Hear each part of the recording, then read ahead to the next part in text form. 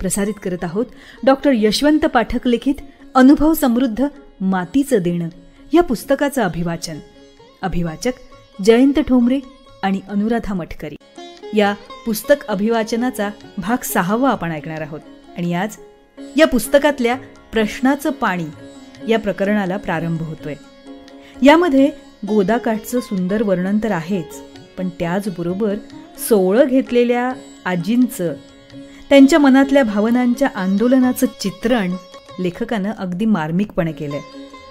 आजूबाजूच्या परिसरातले तसेच आजींच्या स्वभावाचे बारकावे उत्तम रीतीनं त्यांनी नेमक्या शब्दात चितारले. ऐकूया प्रश्नाचं पाणी या प्रकरणाचा भाग 1.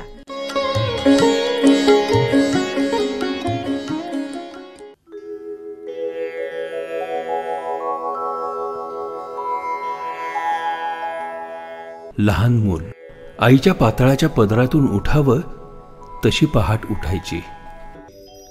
पहिली घंटा कपालेश्वरातील गुरव वाजवी, दुसरी घंटा काळाराम मंदिरातून ऐकू यायची, तिसरी नारोशंकराची घंटा इतक्या मोठ्यानं वाजायची की तिच्या आवाजात आसपासच्या देवळातल्या घंटांचे चिल्लर आवाज मावायचे. गोदावरीचा प्रवाह पहाटे हसणाऱ्या मुलासारखा हसायचा.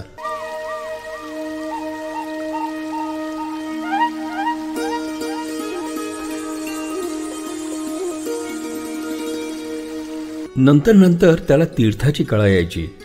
आपल्याकडे सगळ्याच तीर्थांना कळा आल्या आहेत. यातही काही अपवाद आहेत. अपवादानं नियमच सिद्ध होतो आणि अबाधित राहतो. 28 युग विटेवर उभा राहणाऱ्या पांडुरंगासारखा. रामकुंडावर स्नानासाठी झुंबड उडे. लक्ष्मणकुंडावर संध्येची नि जपजाप्यांची मुंग्यांसारखी रांग असे. सीताकुंडात सर्व स्त्रिया आपापल्या रामांचे आणि लक्ष्मणांचे कपडे धुण्यात गर्क असत. याला लागूनच असलेल्या अहल्याराम व्यायामशाळेत पटांगणावर स्त्रियांची पातळं उन्हाची वाट पाहत पडलेली असायची. कधीकधी ती एकमेकांच्या काठांवरून भांडायची. दुसऱ्यानं आपले काठ घेतले की मग माणसाची अस्मिता रागावते. तोपर्यंत त्याला त्या काठाची किंमत कळत नाही, कारण त्याला भोक्ता आणि भक्त उमजलेला नसतो. गोदावरीचा परिसर पहाटे उमलणाऱ्या सूर्यासारखा असे. तो प्रत्येकाच्या कानाशी लागे. पंचवटीचं नातं गोदावरीच्या पलीकडच्या काठाशी असे, तर नाशकाचं नातं गोदावरीच्या अलीकडच्या काठाशी असे. काठांची नाती समांतर असतात. काठांची व्याही भेट कधीच नसते. नदीच्या पाण्यातल्या अस्थितीर्थातच ती झाली तर झाली. काठांना आपल्या अस्तित्वाच्या फणा असतात. काळ्याशार बिळांमधून त्या काळांनाही अतितात. अस्तित्वाच्या संदर्भाचे दर्भ अशा काठांवर पडून राहतात. त्यांना जीवनाची अर्थघरटी गवसतच नाहीत. यासाठी काठांची नाती गुंता वाढवतात, कोड्यांचे तवंग निर्माण करतात. अशी नाती वैराच्या वाळवंटात पिढ्यानपिढ्या रक्ताचे तंबू ठोकून बसतात. ती का बसतात? त्यांना काय जाणवतं? त्यांना थोडं तरी नेणवत असेल का, की काही नाही? नाही. रंगीबेरंगी पातळांची पटांगणं काकड आरतीच्या धुपात डुंबलेली असतात. धोत्राच्या हलत्या डुलांनी पटांगण नाचतं. नाचता नाचता पूर्वेचा नारायण दरवाजा त्यांच्यात आपणहून सामील होतो.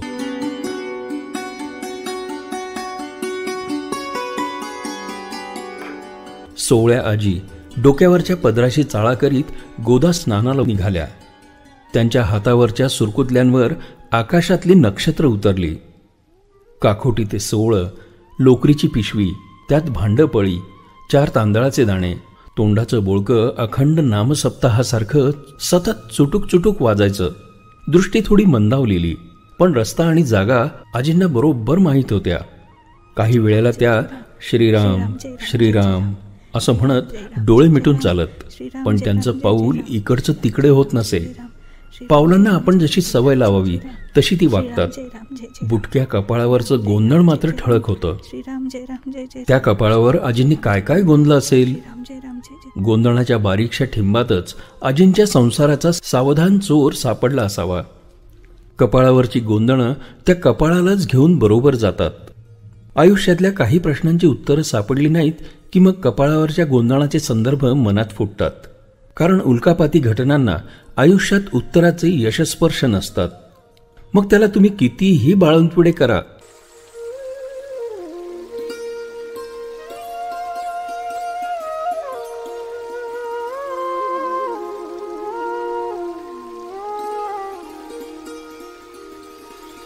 आजी पाठीत वाकल्या होत्या. त्यांचा कणा पूर्वीपासूनच वाकला होता. त्यांना संसारात कणाच नव्हता. त्यांच्यातला कणा बालविधवेच्या बोहल्यानंच संपवला. त्यांच्या आवाजाची भ्रूणहत्या झाली. आता पुढच्या पानात वाढलेल्या दिवसांचं काय करायचं? त्यांना या प्रश्नानं फार सासूरवास केला. दिरानं केशवपन केलं. सासरहून हुसकावून दिलं. माहेरी हे पांढरं कपाळ दाखवायची चोरी होती. आजींनी बिटको धर्मशाळेचा रस्ता धरला. स्वयंपाकीण म्हणून लागल्या. फक्त देह कसाबसा उंबरठ्यापर्यंत टाकता येईल अशी अत्यंत लहान खोली मिळवली. त्यातच रामाचं देऊळ केलं. रामविजयाची पोथी धर्मशाळेच्या आवारात सुरू केली. पोथी वाचता वाचता आजींना अक्षर ओळख झाली. भागवत शास्त्र्यांनी आजींना अक्षर ओळख करून दिली. बिटकोच्या धर्मशाळेत भागवत शास्त्री नेमानं रामविजय वाचित. वाचता वाचता जवळीक झालेल्या आजींना मधूनच अक्षर सांगत, रसाळ कथाही सांगत. कथा ऐकता ऐकता आजी कथा होत. रामजानकीचा वनवासाचा कथाभाग आला की आजींना फार त्रास होई. वनवासातली वर्णनं ऐकली की त्या दिवशी आजींना निर्जला एकादशी. त्यांना काही सुचत नसे. आजींना अक्षर ओळख झाली. त्यांनी रला काना राम हा शब्द पहिल्यांदा उच्चारला. तेव्हाच त्यांचा नवजन्म झाला. आपला वनवास संपला असं त्यांना वाटलं. त्यांच्या आयुष्यातली चैत्रपालवी त्यांनी स्वतः अनुभवली. हाही एक शोध होता. न संपणाऱ्या अस्तित्वाच्या जाणीवांचा शोध होता. आजी रामविजय वाचू लागल्या. त्यांना आपल्या आयुष्यावर विजय मिळवल्याचं सार्थक झालं. अशी त्यांच्या आयुष्याची पानं ऋतूच्या वावटळीत भराभर उडाली. ती किती उडाली त्याचं त्यांनाच समजलं नाही.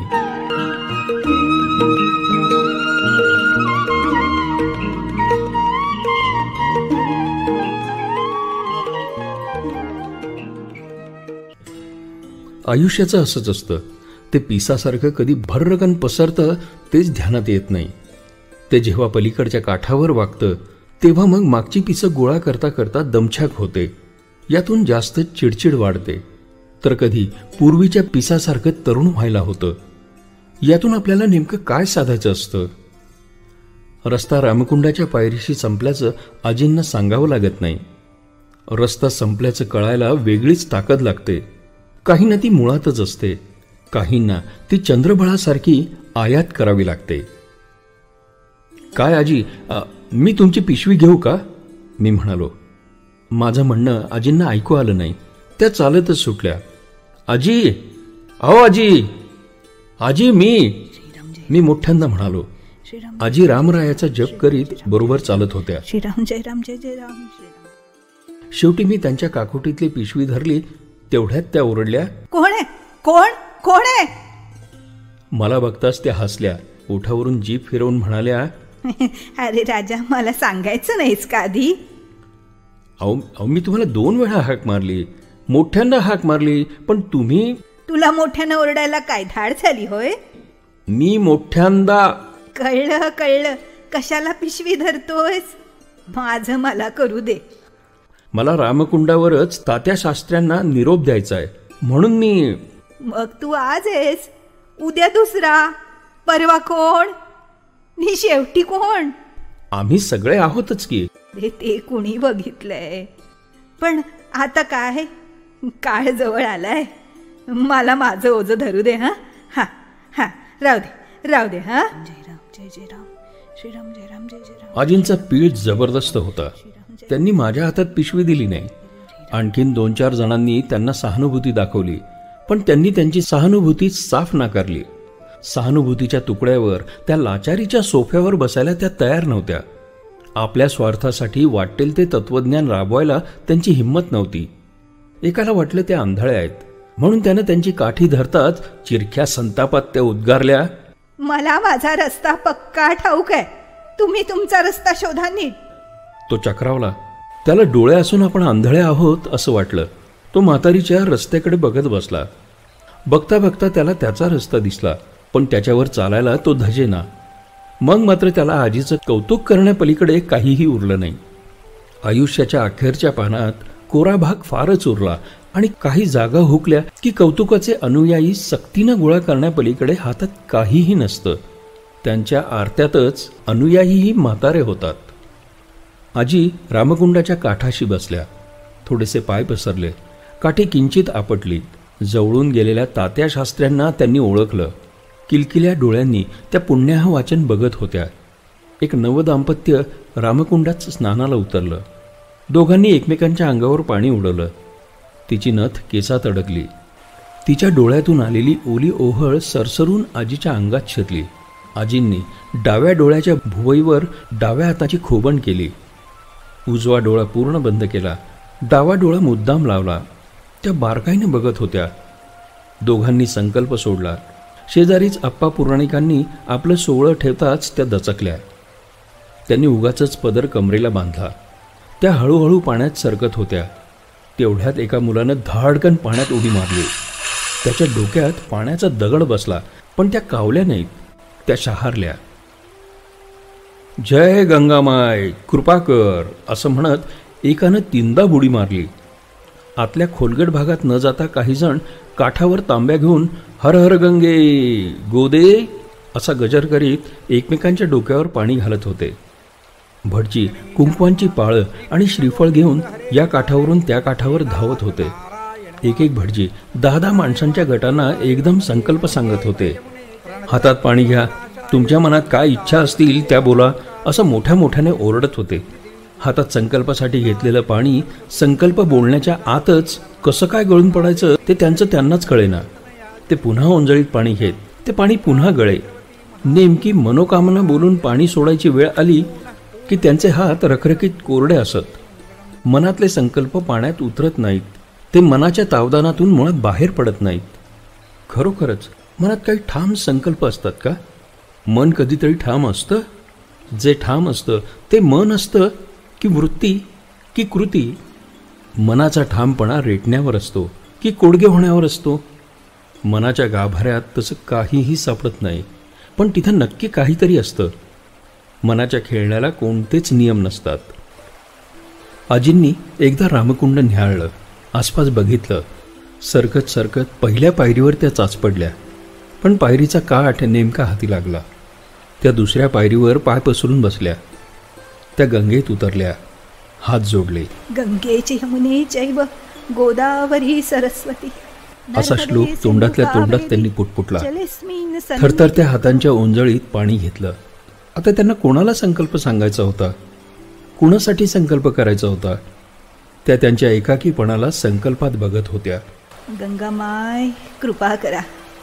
आज जशी आंघोळीला आले तुझ्या घरात तशी उद्याही येऊ दे हो. हे वाक्य हातातलं पाणी सोडून बुडी मारण्यापूर्वी त्या हात जोडून रोज म्हणत. त्यांनाही उद्याचा अंकुर हवा होता. पिकल्या देहाला त्या विटल्या नव्हत्या. त्यांच्यातल्या शारीरिक थकव्याबद्दल त्यांची किंचितशी कुरबूर होती, परंतु त्याचा उद्याच्या स्नानाचा संदर्भ महत्त्वाचा होता. तो त्यांच्या जीवनाच्या प्रत्ययासाठी इच्छाशक्तीचा आंदण देणारा होता. त्या काहीही करत नव्हत्या असं वरवर हालचाली करणाऱ्याला वाटलं. ते तसं आतून नव्हतं. त्यांच्या जगण्याला त्यांनी आपल्यापुरता अर्थ दिला होता. होता होता त्या होतही होत्या आणि होतही नव्हत्या. त्यांच्या उरण्याला पूर्णाचे संदर्भ होते. त्यांच्या जीवनातला बराचसा चांगला भाग पिकलेल्या पानावर दिवसाच्या लेखणीनं लिहित होत्या. काय अजी, आज उशीर? अक्का पातळाचा पिळा खांद्यावर ठेवीत आणि हातात बेलाची परडी उचलीत म्हणाल्या. आपल्याला कुठं कामाला जायचंय? आजी हसत हसत म्हणाल्या. हो, पण सहसा तुमची काकड आरतीची वेळ चुकत नाही. तो सगळं करून घेतोय ना, तोपर्यंत वेळ चुकवायची नाही. त्यानं पूर्ण विराम दिला की मग वेळ न चुकता जायचं.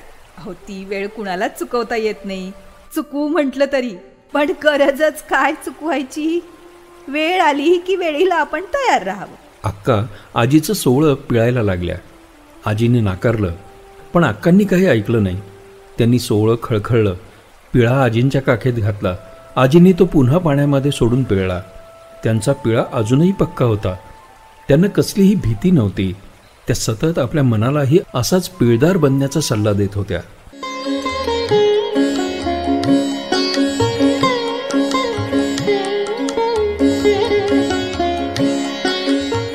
श्रोते हो, आजचा भाग आपल्याला कसा वाटला हे आम्हाला जरूर कळवा. त्यासाठी तुमची कमेंट आमच्या कमेंट बॉक्समध्ये नक्की लिहा. आणि हो, उत्तमोत्तम दर्जेदार श्रवणीय कार्यक्रम पुन्हा पुन्हा ऐकण्यासाठी रेडिओ जयंतला लाईक करा, शेअर करा आणि सर्वात महत्त्वाचं म्हणजे नोटिफिकेशनसाठी सबस्क्राईब करा.